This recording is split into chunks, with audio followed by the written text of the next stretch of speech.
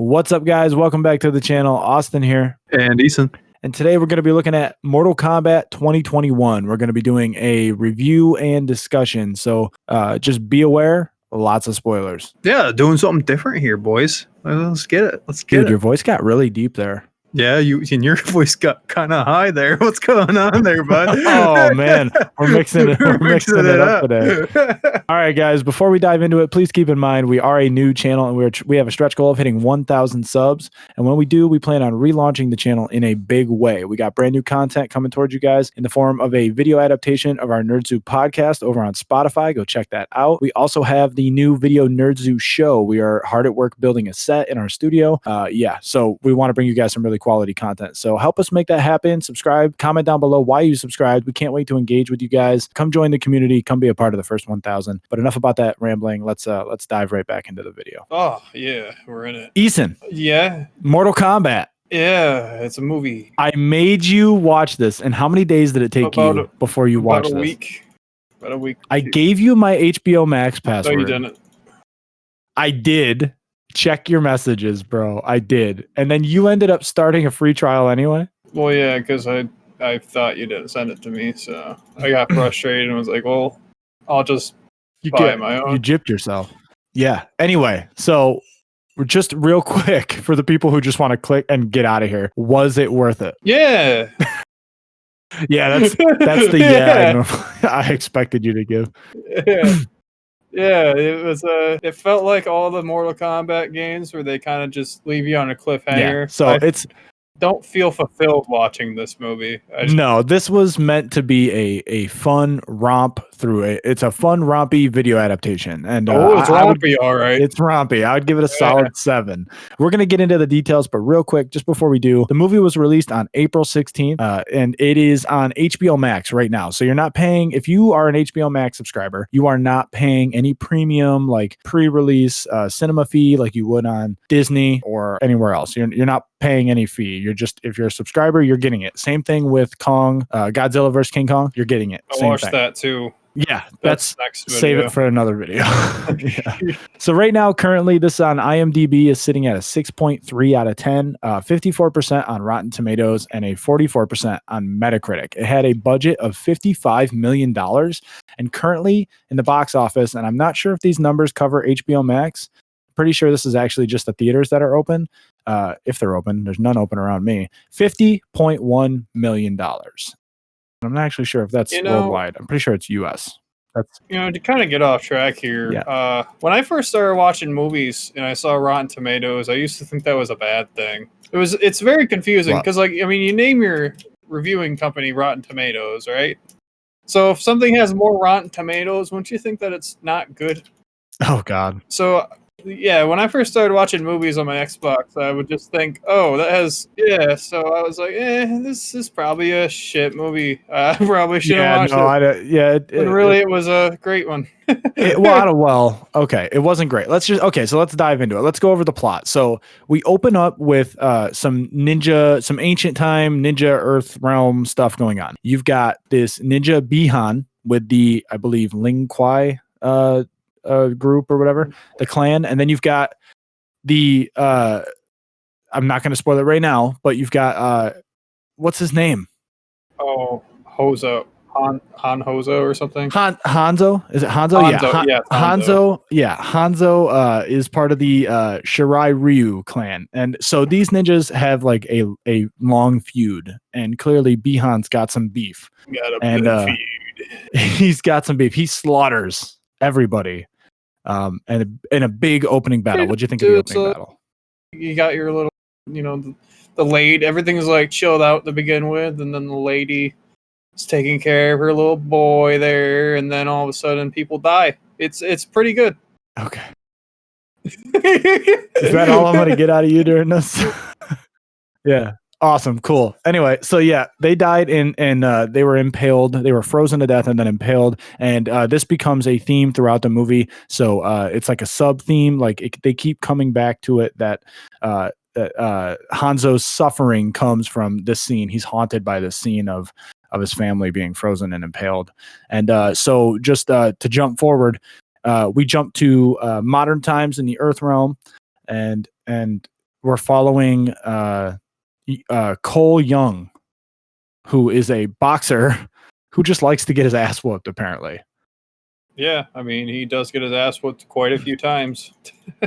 Yeah, and he has a daughter that looks way too old to be his daughter. Yeah, and that he kind of gets- confused me a little bit too. Like, Yeah. because like at first I thought it was his girlfriend, and then like I started thinking Yep. like, okay, this is weird. Because like the way that he had her arm around her, and yeah, they were really close. it was just really weird. I don't know why I didn't think of the daughter thing at first, but it just made me uncomfortable. I was like, ugh. Yeah, at first I thought he was just like robbing the cradle, like this is his high school girlfriend or something. Yeah. And then I was like, and then like it came clear once he was with his wife and everything. Like, oh, see, now that makes more sense. Yeah, I think thankfully. Yeah. And so anyway, yeah, he gets into this ring and just gets whooped. And I don't know what's going on with him previously, but he doesn't have that dog in him anymore. And he makes a statement in the movie that he can't fight like he used to. Can't fight like I used to, boy.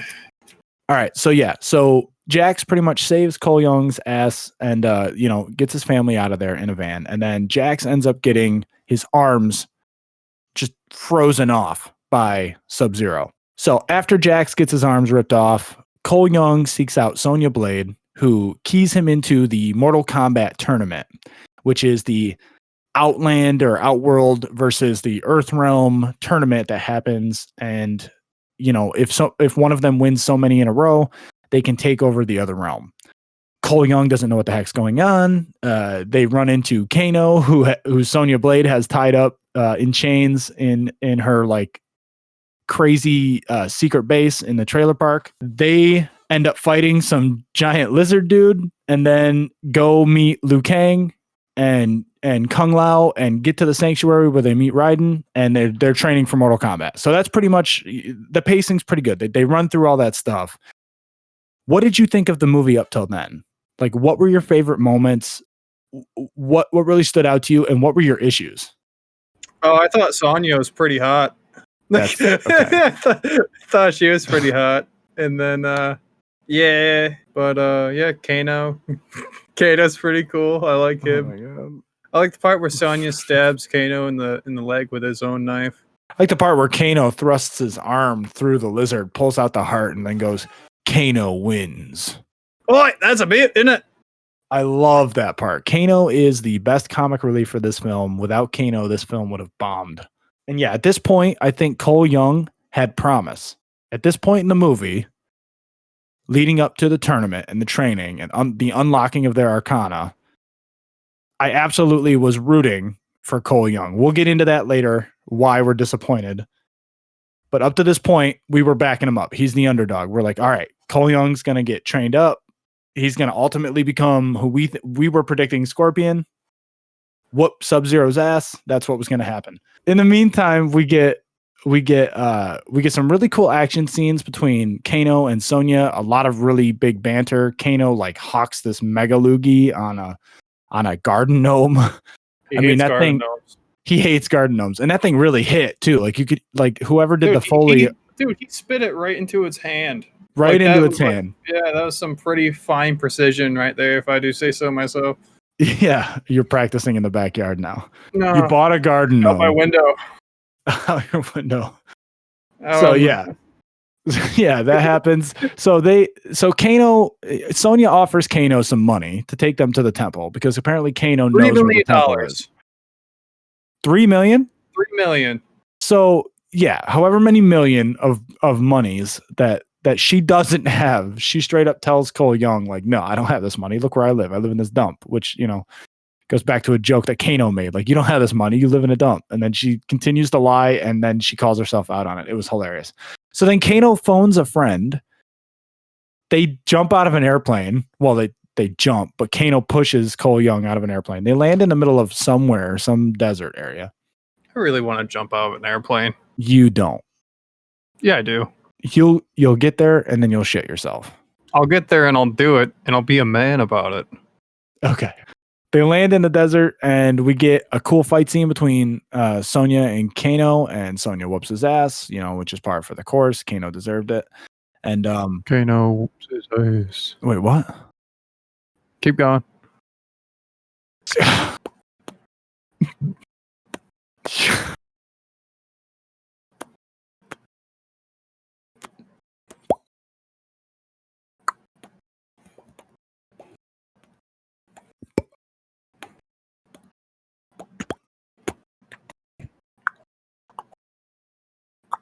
Oh my god. What were you doing? What were you saying? I don't know what's happening right now. Right. So Sonya whoops Kano. They keep walking. Out of nowhere, you see this skinny looking dude silhouetted with like this 80s perm-ish looking big hairstyle going on. And it really threw me off. Big hairstyle. Really threw me off how big his hair was.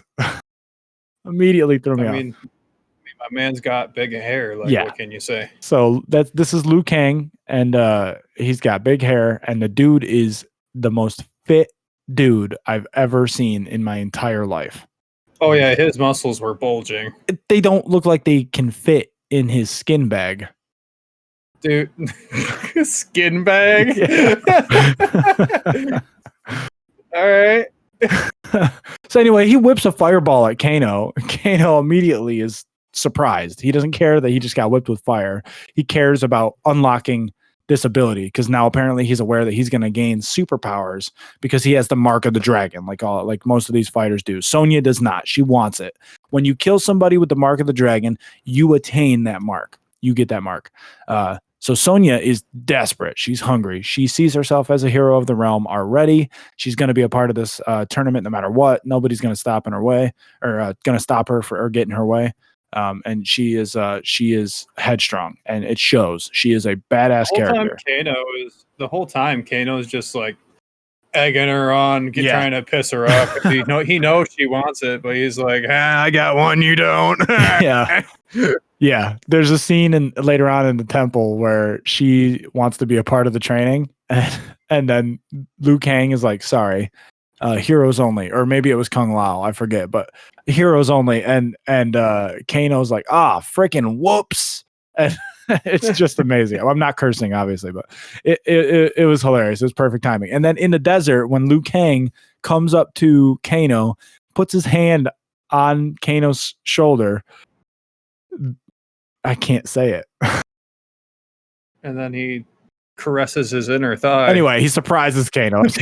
Kano is my favorite character throughout this whole film. He provides the best comic relief, like at every point. Like, I don't have an issue with the pacing in this movie. There's a lot of like icky parts that I wouldn't have put in there, and we're gonna get into why I think the main character this movie would have been better. Like 30% legit better just without him.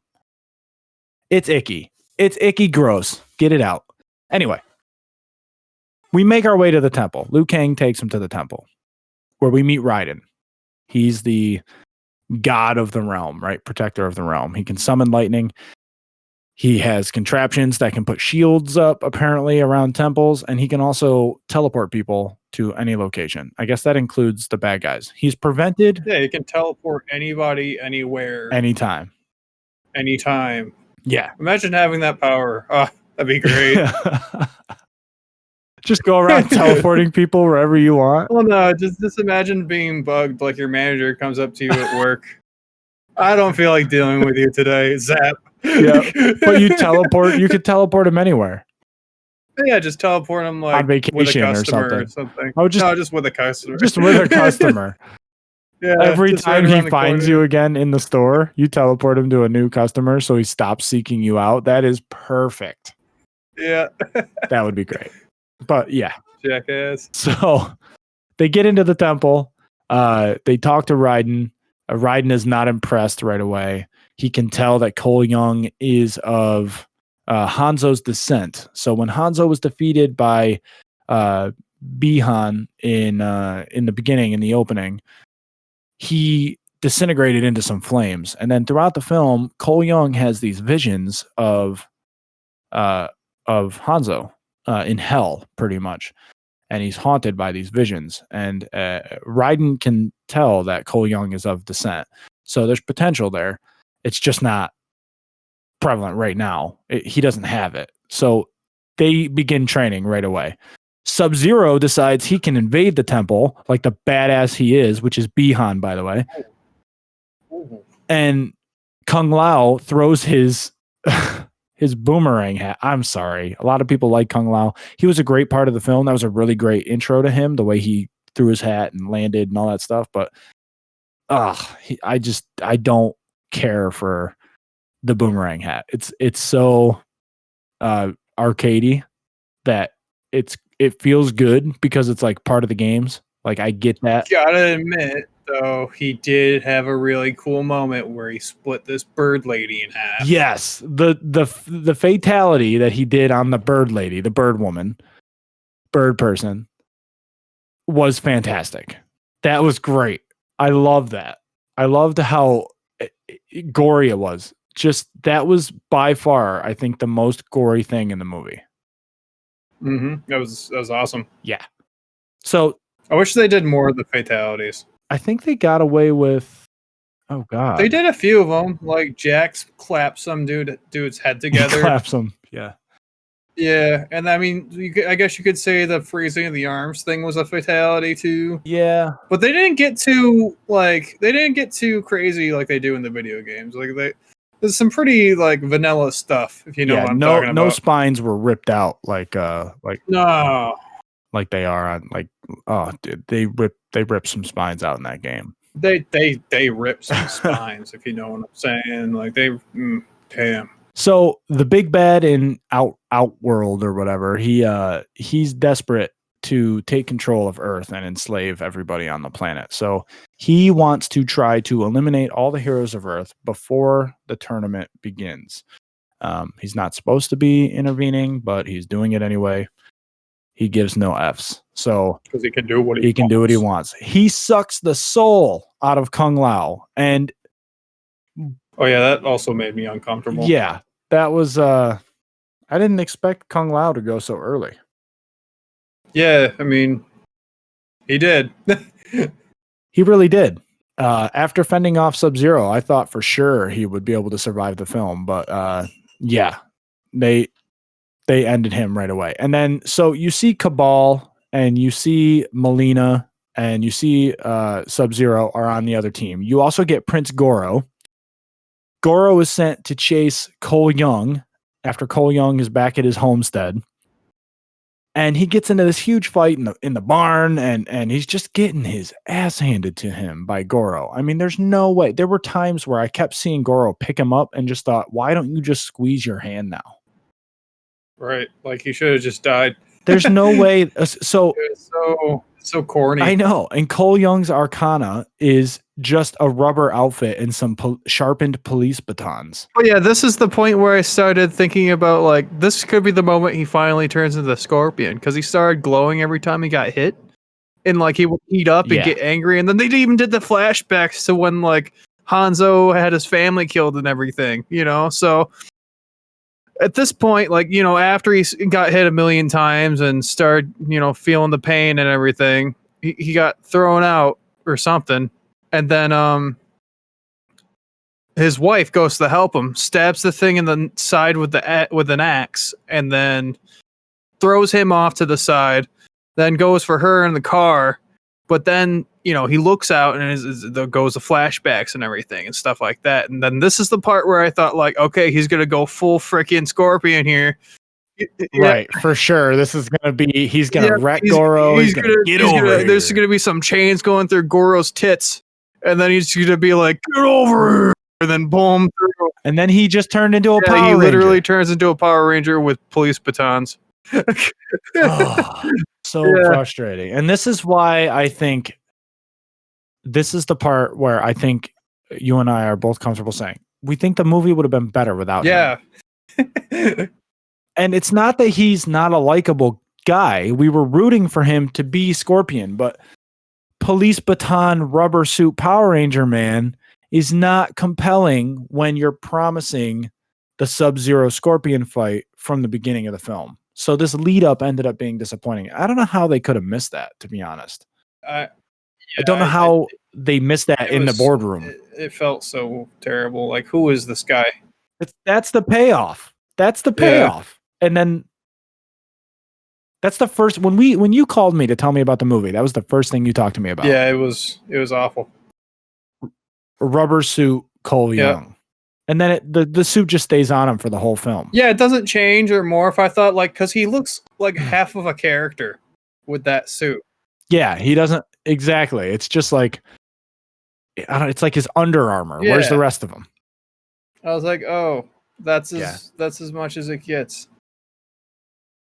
Yeah, but aside from his really shitty Arcana, I was like really compelled to see him try to save his family. Like he had this really good connection. Like he's trying to break him out of the ice in the ending scene. Like we'll get to that, but like he definitely we were rooting for him. He was the underdog. He was the guy you were following. And like until that point where he disappointingly did not become Scorpion, it just it was a good ride. And then it just immediately became a retrospective thing where I looked back and went, oh man, half of the good parts were hoping that payoff was going to happen. And then the payoff The didn't good happen. parts were the parts like where you were like, oh, is it going to be good? And then you get disappointed immediately after. So yeah, and then Goro, who's this badass forearm dude, right? Gets his ass kicked by the Power Ranger. Oh, and God. I don't know, just could have ended. The fight could have been better. I don't know. And it could have been staged better too, not like in some it was just in the backyard, you know? It's in the backyard. It's in the backyard. You put Goro in the backyard. Who would have been good in the backyard? The dude with the hammer that Jax clapped. That would have been a good fight in the backyard. He's a nobody. Put Cabal in the backyard. Make him zip around. With that said, they do, you know, kind of pay homage, however you want to say it. They do pay homage. Hummus. They do play homage. They do. You know what?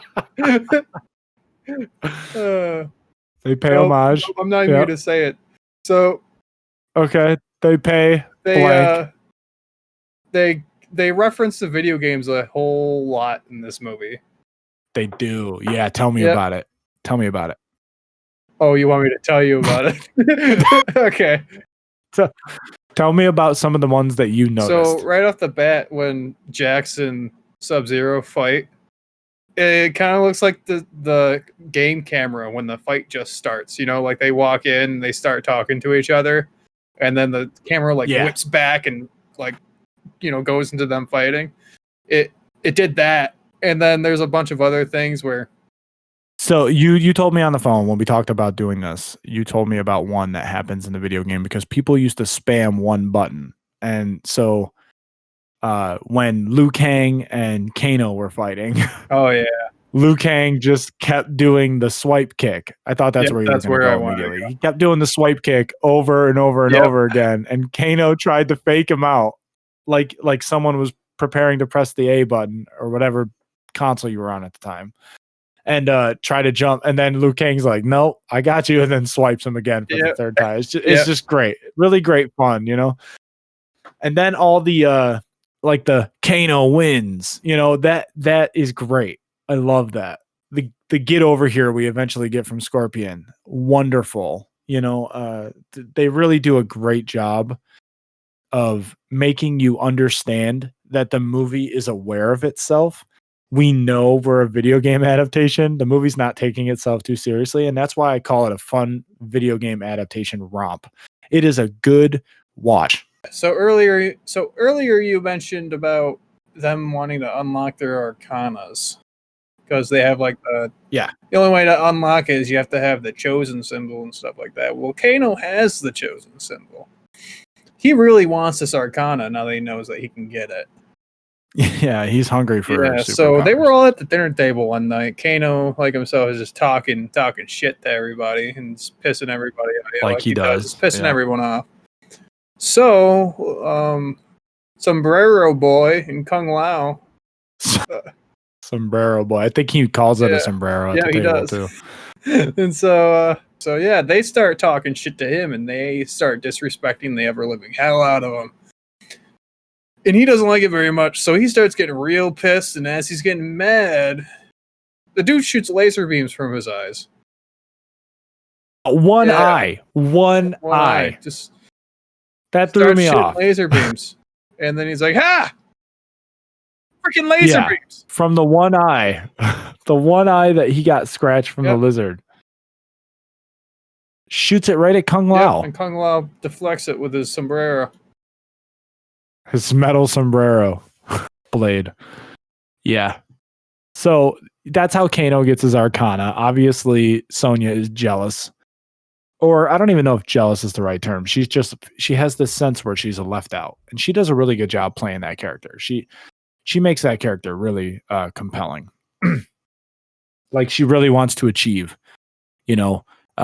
She finds Jax in the temple, obviously hurting, and there's the monks that Liu Kang said are trying to go to different realms to find answers to regenerate his arms. They eventually give him these like really dainty robot arms, like C-3PO arms, and he's just miserable, right? And he's like, this can't be me. They don't work. And Sonya like kicks his ass verbally. She's like, get your shit together, soldier. Right. And when he unlocks his arcana, he turns into RoboCop pretty much. Well, yeah, he gets his big robo arms. Yeah, he's like, these guys work, you know, when he claps the hammer dude. So he, you know, actually feels like Jax. So that was pretty cool. Yeah, we talked about Cole Young getting his really garbage arcana. And then, okay, so then the tournament starts and, well, at least the fighting starts proper and everyone's trying to slaughter each other. We already talked about Kung Lao ending the bird person. The bird. Then Kano talks to Cabal, and Cabal as a character, I did not expect to like as much as I did. His voice was great, his costume was great, and the effects for him were fantastic. Like it was really good. And he's like, yeah, this Kano character is a really low life piece of shit. You're gonna love him. That. He's the reason I'm wearing my metal lung. Piece of shit scum, or something like that. Yeah, it's like you're gonna love him. So Cabal comes into the temple, sees Kano, and they have a conversation where they immediately hate each other. You can tell they have a disdain. But they used to be buds or something in a past life. And Kano offers him money so he can turn the temple into a casino. And he's prepared to like try to convince Kano. And right as he's trying to convince Kano just immediately is like, so what do I got to do? Yep. You know, and it's just perfect on point. Kano immediately turns on his friends. Now he's got his arcana unlocked. He's got this promise of money. Cabal's like, whatever they're paying you, take that, double it, and then double that again. Yeah, and you can turn this whole temple into a casino. And Kano's like, yeah, okay, done deal. So Kano ends up joining the Outworld people, and then the fighting starts proper. They decide to divide. They decide like, okay, we're not strong enough to take on Sub-Zero one-on-one. So the plan is we're going to divide all the people up. Raiden's going to teleport us to the people to fight one-on-one Mortal Kombat style. And then we're all going to gang up on Sub-Zero. That's the plan. That was the plan. But I think it's so funny that they think Sub-Zero is on such another level that they're all of them are like, no, we can't take that guy alone. Are you crazy? Like, let's all gang up on Sub-Zero. Well, have you seen the guy? He freezes everything. He is a standout in this movie. The effects were great. Yeah, like the ice effects were amazing. The effects were so good, I felt cold watching them. That's great. That's awesome. like any cold beverage commercial. I'll give you a cold beverage. So all the fighting happens. Good guys win. Jax destroys Hammer Dude. Goro's already dead from the homestead with Cole Young. Melina, or no. We'll do Kano is chosen. Okay, so Sonya chooses to fight Kano. Okay. Tell me about that. Okay, so yeah, they all go to fight each other, and yeah, Sonya chooses to fight Kano. She has a little trap for him inside the whole like mobile home area. So she's like hiding in the floorboards and shit, and just stabbing him in the ankles. It's like a Home Alone thing. Yeah, you know what I mean? Yeah, it's like a Home Alone thing, and she like throws water in his eye, and his eye doesn't work. Just zaps. Yeah, I thought that was fantastic. Yep, that was funny. He goes to charge it up, and she's like, "Splash!" It's like, But yeah, it was a pretty good moment. She ends up getting the win in the end, and she does it by taking. She was in a grasp. This is what I was waiting for. Yeah, she was in a grapple with him. He had her like in a chokehold, But then she reaches for whatever she could find. She grabs the garden gnome. And that Kanos that- Hakalugion Yep. earlier in the film. Yep, and stabs it into his eye.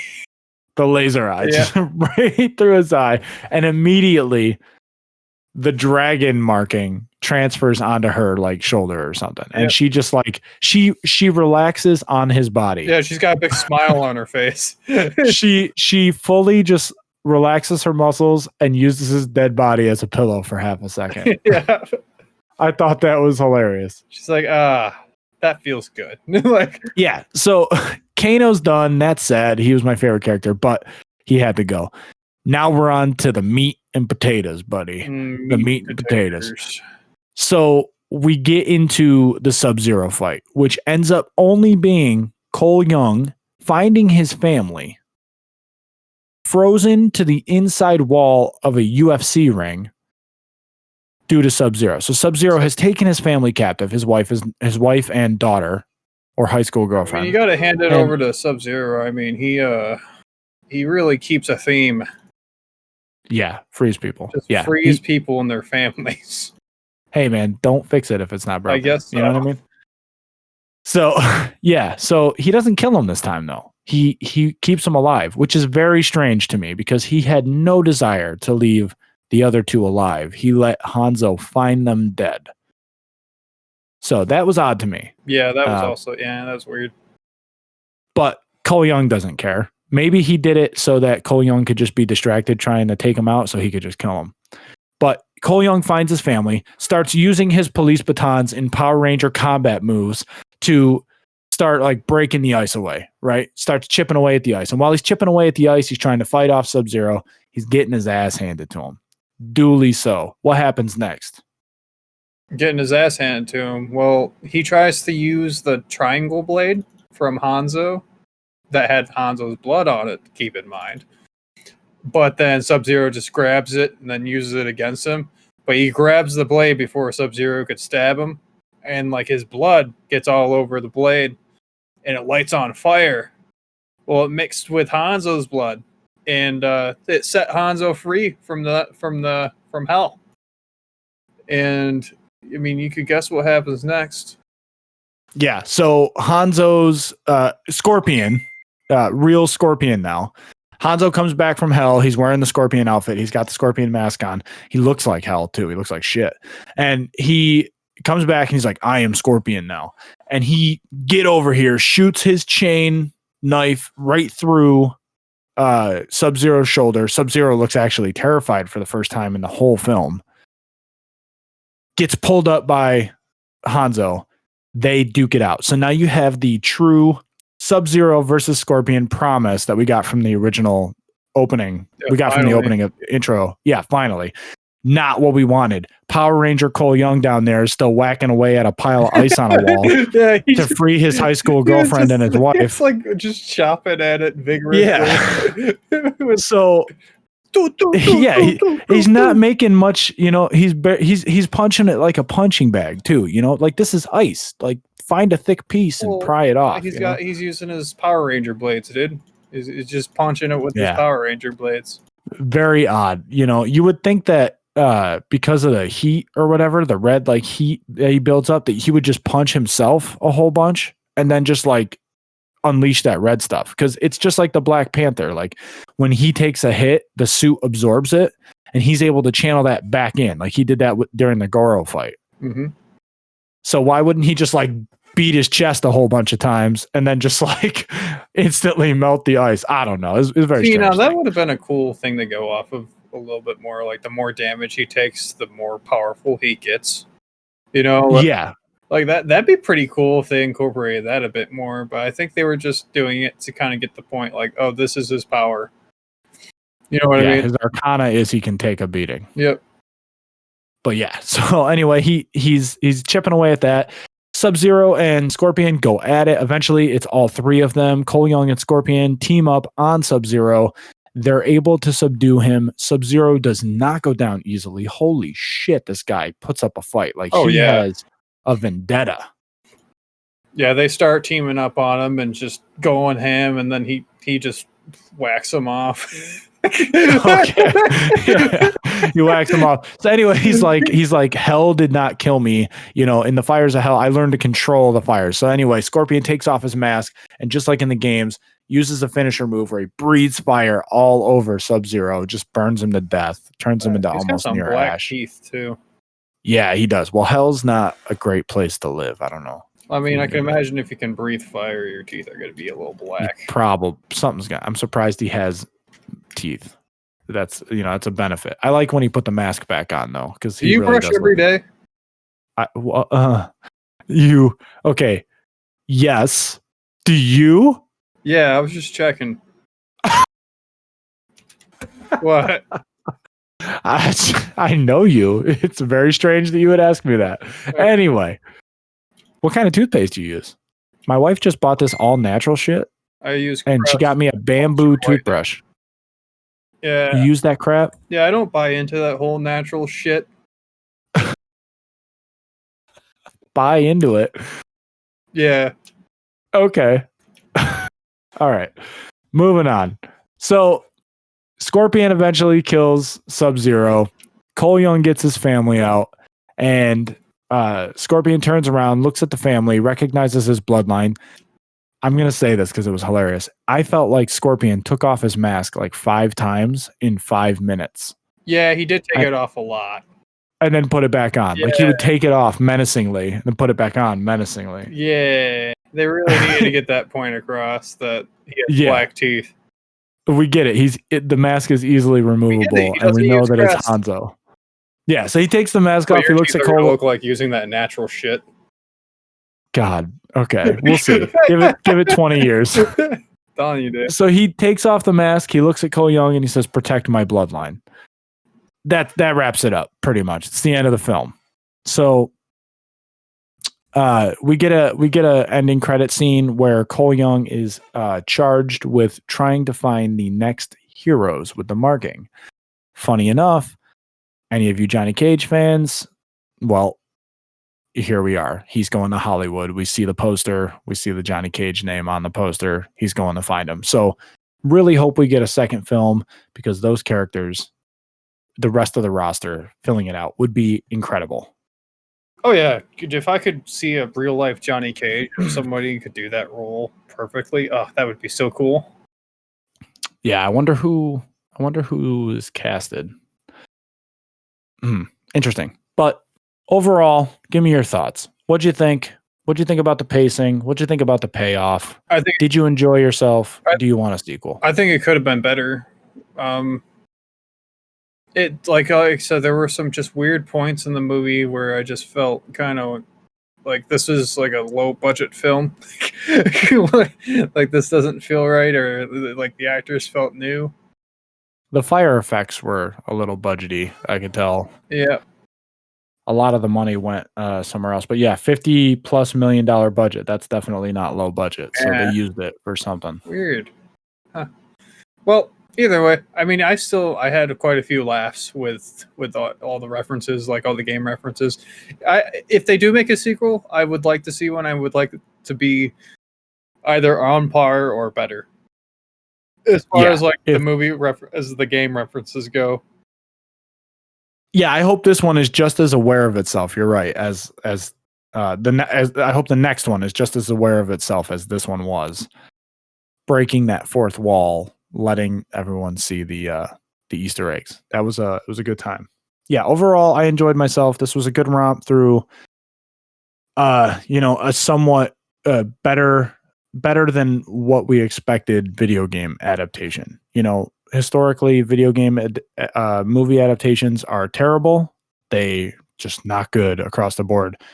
But the last few years, we've had Sonic the Hedgehog, Detective Pikachu. Sonic the Hedgehog wasn't that great. It wasn't bad, though. It was like a solid 7. Jim Carrey was great. We'll get into that in another video. But it infuriated the fans. The Sonic the Hedgehog didn't look like Sonic the Hedgehog. They changed him. They fixed him. Yeah, the internet had to fix him. Yeah, it's the same thing with the Teenage Mutant Ninja Turtles. You don't want lips on your turtles, you got to complain about it. And then they take the lips off the Michael Bay Turtles. On the Teenage Mutant. You haven't seen the I mean, it's a bad movie anyway. It turned out to be a bad movie. But before the live action TMNT was released, they had lips. Ew. Yeah.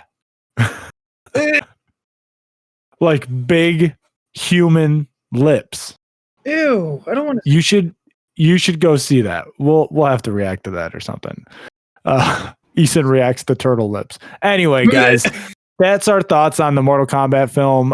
If you haven't seen it, just go get your free 7-day trial on HBO Max. Watch it there, or if you're already subscribed, no skin off your back.